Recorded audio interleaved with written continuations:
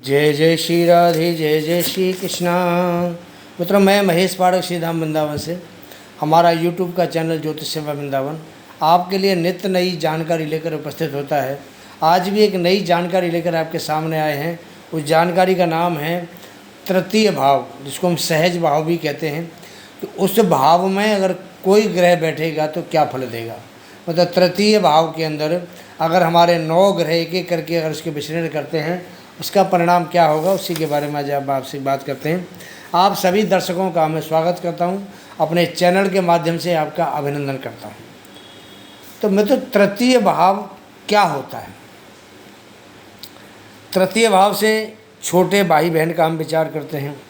हमारे साहस का, पराक्रम का, वीरता का, हाथ का, वस्त्र आभूषण का, हमारे कंठ का, धैर्य का, कान का, बाजू का, शुभाशुभ समाचार का, श्रम मेहनत का, चचेरे भाई का, गायन और योगाभ्यास, पड़ोसी दया, पिता के शत्रु एवं रोग, माता के खर्चे और हानि, पति पत्नी के भाग्य उपदेश, छोटी यात्रा और नौकर आदि का इससे विचार किया जाता है।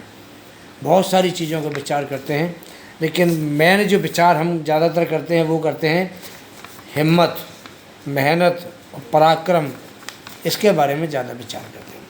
अब ये देखते हैं तृतीय भाव क्या होता है, हमारे लिए उसका महत्व ज़्यादा क्यों है।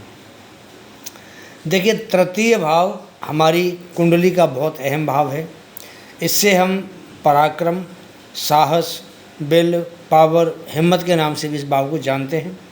कहते हैं कि हिम्मत मर्दा मदद दे खुदा, कि जिस इंसान के अंदर हिम्मत होती है ऊपर वाला सिर्फ उसी की मदद करता है, और जिसमें हिम्मत नहीं होती है ऊपर वाला उसको उसके हाल पे छोड़ देता है।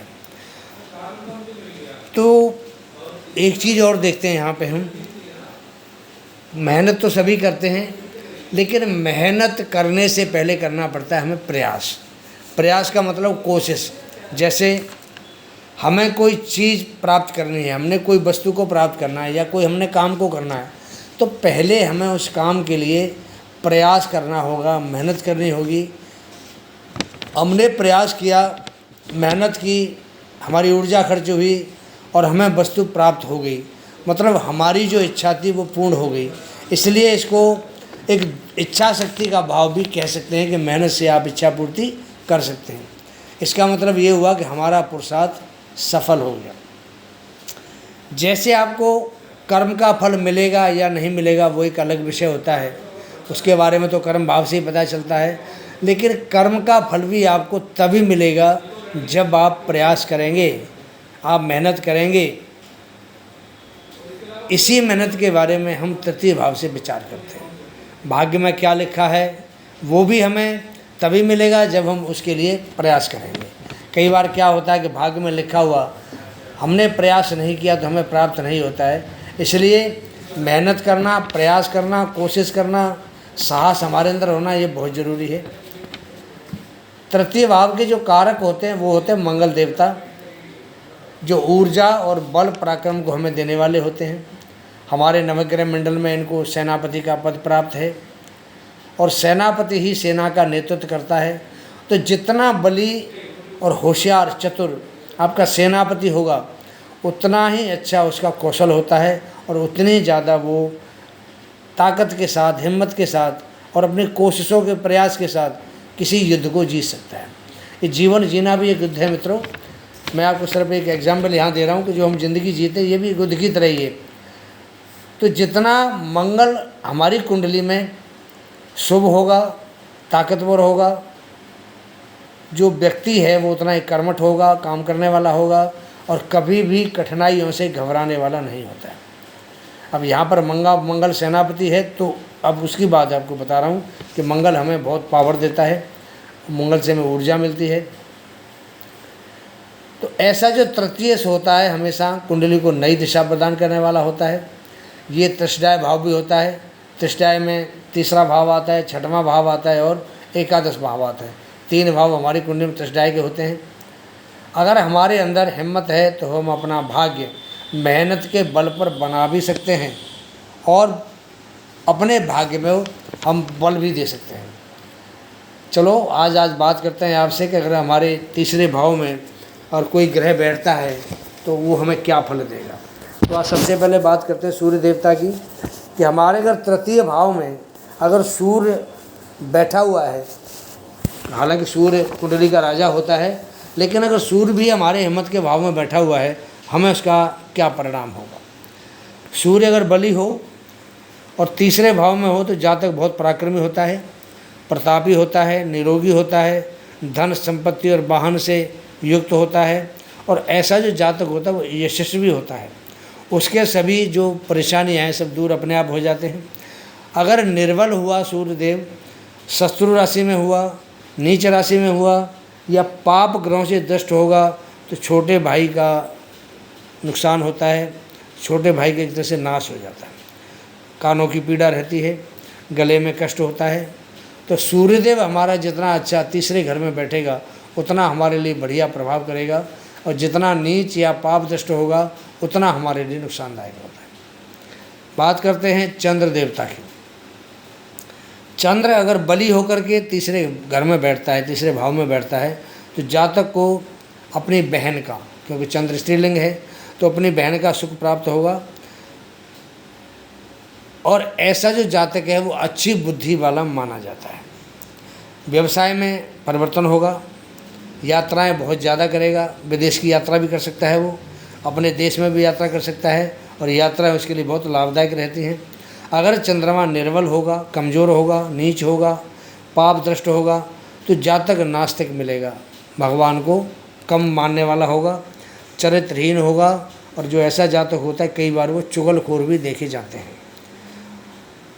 ऐसे जातक को ज़िंदगी में एक बार राजदंड देना पड़ता है, धन की उससे हानि होती है, और ऐसे जातक को ज़िंदगी में धन प्राप्त करने का योग अवश्य एक बार बनता है। तो ये चंद्रमा की स्थिति आपको बताई कि तीसरे भाव में चंद्रमा बैठेगा तो आपके लिए क्या प्रभाव करेगा। बात करते हैं मंगल देवता की, कि मंगल देव अगर किसी के तृतीय भाव में बैठे हैं तो उसका परिणाम क्या देंगे। यदि मंगल बली होकर तीसरे भाव में हो तो जातक बहुत शूरवीर होगा, पराक्रमी होगा, सुखी होगा और शांत भी होगा, स्वतंत्रता प्रिय होगा और धैर्यशाली होगा। ये मंगल की खासियत होती है। वह अपना भाग्य अपने बाहुबल से बनाएगा। ऐसा मनुष्य निडर तथा खतरा उठाने वाला होगा। अगर यहाँ मंगल निर्बल है, शत्रु राशि में बैठा हुआ है, नीच का बैठा हुआ है, पाप युक्त है, या पाप ग्रहों से देखा जाता है, तो मंगल बहन भाई के जो सुख होता है हमारा उसमें बाधा डालता है। हाथ, कान और गले में कोई पीड़ा जरूर देता है, लापरवाह बनाता है, सिद्धांतहीन बनाएगा और कठोर अधार्मिक बना देता है ऐसे आदमी को, जिसको कट्टरपंथी कहा जाता है, कट्टरपंथी बना देता है। और मंगल राहु से अगर बैठा हो, राहु के साथ में बैठा हो, तो ऐसा जो जातक है वो थोड़ा सा उसका जो करैक्टर है वो बढ़िया नहीं होता है। ऐसे जातकों को थोड़ा सा अगर कहीं यात्रा करते हैं तो यात्रा में कहीं चोट का, एक्सीडेंट का थोड़ा सा भय रहता है, और इसके भाई को भी एक बार तो कष्ट उठाना ही पड़ता है। तो मतलब ये मंगल का मैंने आपको प्रभाव बताया। हालांकि मंगल यहाँ का कारक होता है, और ऐसे जो लोग होते हैं बहुत बड़े व्यापारी बनते हैं, जिसको बोलते हैं इंडस्ट्रियलिस्ट। तो ऐसे जो इंडस्ट्री के मालिक होते हैं, मंगल किसी का तृतीय भाव में होता है, तो ऐसे लोग बहुत ही भाग्यशाली, बहुत बड़े व्यापार बिजनेस करता, जो कई हज़ारों लोगों को रोजी रोटी देने वाले होते हैं। तो मंगल यहाँ से प्रभाव में होगा तो बहुत ही अच्छा परिणाम तीसरे घर में दिखाने वाला होता है। बात करते हैं बुध महाराज की। अगर किसी का बुध बली होकर के तीसरे भाव में बैठा हो तो जातक व्यवहार कुशल होगा, राजनयिक सरकारी काम में कोई अच्छी पद पर होगा, व्यापारी होगा, पढ़ने लिखने का शौकीन होगा, मित्र संबंधियों में प्रिय और सुखी होगा, और भाइयों से युक्त होता है। ऐसे कई भाई होते हैं इसके। अगर बुध निर्बल हो, नीच राशि में हो, अस्त हो, शत्रु राशि में बैठा हो, पाप युक्त हो या पाप दृष्ट हो, तो ऐसा जो बुध है वो जातक को भय देता है, डर देता है, और भाई के सुख से उसको बिल्कुल एकदम भ्रात सुख से हीन कर देता है। अपनी बात से पीछे हटने वाला हो जाता है, गले में इसकी पीड़ा होती है, और ऐसा जो जातक है वो कई बार कपटी स्वभाव का हो जाता है। अगर बुध बली हो तो उसको धन की प्राप्ति होती है, और निर्बल बुध हो तो वो धन का नाश कराता है। बुध भाई बहन का कारक भी होता है। तो हमारे जो काल चक्र की कुंडली है उसमें बुध तृतीय से बनता है, और बुध अगर तीसरे भाव के अंदर ही बैठा हो तो बहन भाइयों से सुख कराता है, अपनी राशि में बैठा हो तो सुख कराता है। बात करते हैं गुरुदेव बृहस्पति की। गुरु अगर बली होकर के तीसरे भाव में है तो जातक उदार होगा, गुणी होगा, धार्मिक होगा, अपने भाइयों के सुख से युक्त होगा और संकल्प को सिद्ध करने वाला होता है। निर्बल, नीच राशि में बैठा हुआ बृहस्पति, शत्रु राशि में गया हुआ बृहस्पति, अस्त बृहस्पति, पाप युक्त या पाप दृष्ट गुरु, ये जो गुरु होता है ऐसा जातक जो लोभी होगा, कंजूस होगा, मूर्ख होगा, नास्तिक होगा, मंदाग्नि रोग से युक्त होगा, और इसके जो कान हैं, कान में कोई न कोई इसके रोग जरूर रहेगा। तो ऐसे जातक को प्रौढ़ावस्था में वाहन का सुख मिलता है, और 20-22 वर्ष में इसको किसी मित्र का सुख प्राप्त होता है। अब यहाँ एक बात और ध्यान देने वाली बात है, अगर बृहस्पति तीसरे भाव में अच्छी पोजीशन में बैठा हुआ है तो उसकी जो दृष्टि है 7वीं वो भाग्य के ऊपर जाती है, और भाग्य पे दृष्टि जाने से भाग्य को बल मिलता है, क्योंकि बृहस्पति स्वयं भाग्य का कारक होता है।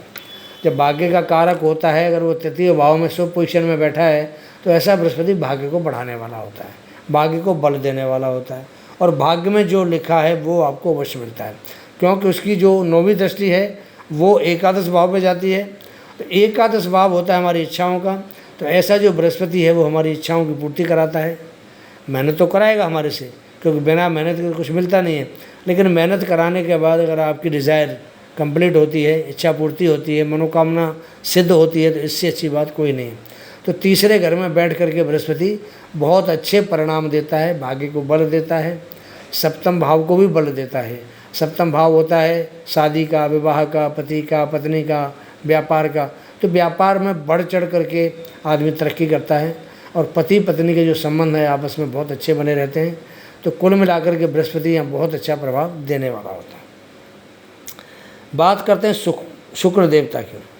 अगर शुक्र किसी का बली होकर के तीसरे भाव में बैठा हो तो जातक को बहन का अच्छा सुख मिलता है। इसके अलावा वो, क्योंकि ये तीसरा भाव कला का भाव भी होता है, तो यहाँ बैठ कर के वो गीत, संगीत, नाटक और जो ललित कला वगैरह जो होती हैं इनके अंदर बहुत रुचि रखने वाला होगा। जिसका शुक्र तृतीय भाव में उसका कंठ बड़ा सुरीला होता है, तो तीसरा भाव कंठ का होता है, और ऐसा जो जातक है वो गायकी में बड़ा अपना नाम कमाने वाला होता है। शुक्र नीच हो, शत्रु राशि में हो, पाप किसी ग्रह के साथ बैठा हो, पाप ग्रह से दृष्टि आ रही हो, निर्बल हो, नीच राशि में हो, तो जो ऐसा जो जातक होता है वो चिंतित, कामातुर, और उसके अंदर जो एक ऊर्जा होती है शरीर में, जो फुर्ती होती है बहुत ही कम मात्रा में मिलती है। तो ऐसा जो जातक है अगर वो धर्म स्थल में जाकर के थोड़ा वहाँ और पूजा पाठ करता है, धर्म को ज़्यादा मानता है और दान करता है धर्म के प्रति, तो ऐसे जातक की शरीर में थोड़ी फुर्ती आती है और जातक शुभ प्रभाव लेने वाला शुक्र से बन जाता है। अगली बात करते हैं शनि महाराज की। अगर शनि किसी का तीसरे घर में बैठा हो तो मैं एक चीज़ आपको बता दूं कि तीसरा भाव, छठा और 11वां, ये 3 भाव त्रिशिडाय भाव कहलाते हैं। तो त्रिशिडाय भाव के अंदर कोई भी पाप ग्रह बैठता है तो उसका प्रभाव शुभ ही मिलता है। नीच होगा थोड़ा कम शुभ होगा, अगर अच्छी पोजीशन में बैठा है तो बहुत ज़्यादा शुभ प्रभाव देता है। शनि महाराज पूर्ण रूप से पाप ग्रह है, तो ऐसा जो ग्रह अगर तीसरे भाव में बैठेगा तो जातक पराक्रमी बनता है और नेता बनेगा, स्थानीय संस्था का अध्यक्ष बनेगा, बहुत से लोगों का पालन करने वाला होगा। अगर मानो शनि किसी का नीच की पोजीशन में बैठा है या अस्त है, निर्बल है, तो ऐसा जो शनि है वो भाई के सुख में थोड़ा सा बाधक बनता है। गला और कान इसमें थोड़ी सी इसको परेशानी रहती है। बात पीड़ा, पुत्र हानि, भाग्य की निर्बलता, तब व्यर्थ के जो व्यय हैं, खर्चे हैं, वो कराने वाला होता है। और ऐसे जातक को अगर यात्रा करता है तो थोड़ा सा लोहे लंगर से भय होता है। और कई बार क्या होता है कि ऐसा जातक असफल होने के बाद अचानक ही सफलता का योग बनाता है। तो शनि यहाँ बैठ करके अच्छा प्रभाव दिखाता है। अगर नीच हो, निर्बल हो, डिग्री ना हो या अस्त हो तो बात अलग है, नहीं तो शनि यहाँ बहुत अच्छा प्रभाव देता है। तृतीय भाव में आदमी को बहुत अच्छी पोजीशन पर लाके खड़ा कर देता है। बात करते हैं राहु की और केतु की, कि तीसरे घर में अगर राहु या केतु बैठे हों तो इनका प्रभाव भी मित्रों जैसा प्रभाव शनि का होता है वही होता है इनका भी, क्योंकि शनि राहु केतु सब एक ही थैली के चट्टे बट्टे हैं और एक ही कैटेगरी के हैं सब। ये शनि इनका गुरु है, राहु केतु शनि के शिष्य हैं, चेला मंडली है। तो राहु केतु अगर बली होकर तीसरे भाव में है तो जातक पराक्रमी, शत्रु का दमन करने वाला, धनी, दीर्घायु होगा। अगर ये निर्बल होंगे तो भाई बहन के सुख में कमी करेंगे, गला कान इसमें कोई परेशानी देंगे। और चुगली चाटी जो है ना, अगर केतु बैठा होगा तो वो चुगली जो चुगलखोर होते हैं, एक दूसरे की चुगली करते हैं, तो चुगली करके बड़ा खुश होने वाला ऐसा जातक होता है। तो मित्रों मैंने भी आपको तीसरे भाव में कौन सा ग्रह बैठेगा तो क्या करेगा पूरा आपको एक विवरण दिया, ब्यौरा बताया। आपको प्रोग्राम हमारा कैसा लगा कमेंट में आप अपनी राय दें। आपने हमारा प्रोग्राम देखा, आप सब बधाई के पात्र हैं। आप सबका बहुत बहुत धन्यवाद, अपना अपना कीमती समय निकाल करके हमारा प्रोग्राम देखा। अपना कमेंट में लिखें ज़रूर आपको प्रोग्राम से कोई शिक्षा मिली या नहीं मिली। आज का प्रोग्राम यहीं समाप्त करने की आपसे आज्ञा चाहते हैं। अगला प्रोग्राम लेके जल्दी आपके सामने हाजिर होंगे, तब तक के लिए आज्ञा दीजिए। जय जय श्री राधे, जय जय श्री कृष्णा, कृष्णा कृष्णा।